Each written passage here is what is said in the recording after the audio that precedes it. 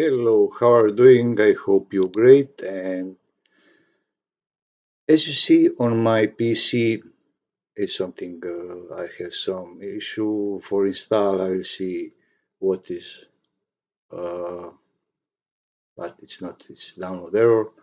But I will fix that. Only that what is important that I show you, and so you see here what we have. We have Windows 11 version 23H2 repair version. As you see, repair version, and I think that is most important.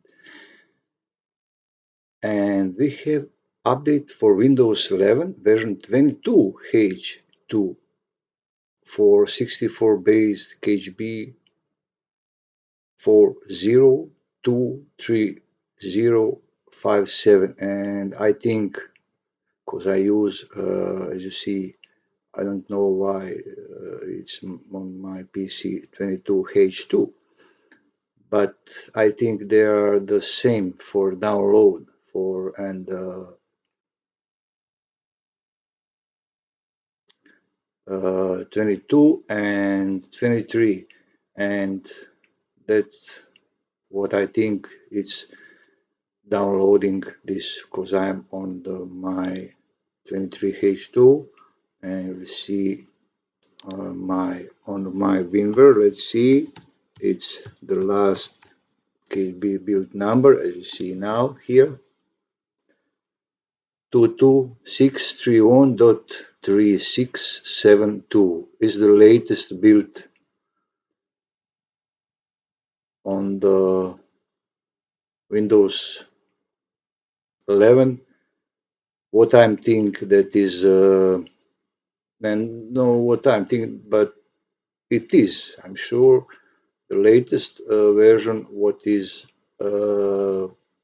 with no bugs and anything, because I'm being installed 24H3 and 24H2, sorry, and it was really annoying, lots of bugs. So if you see download and install like this 24H2 or 3, I don't know now, it's not matter. My advice is to not install that.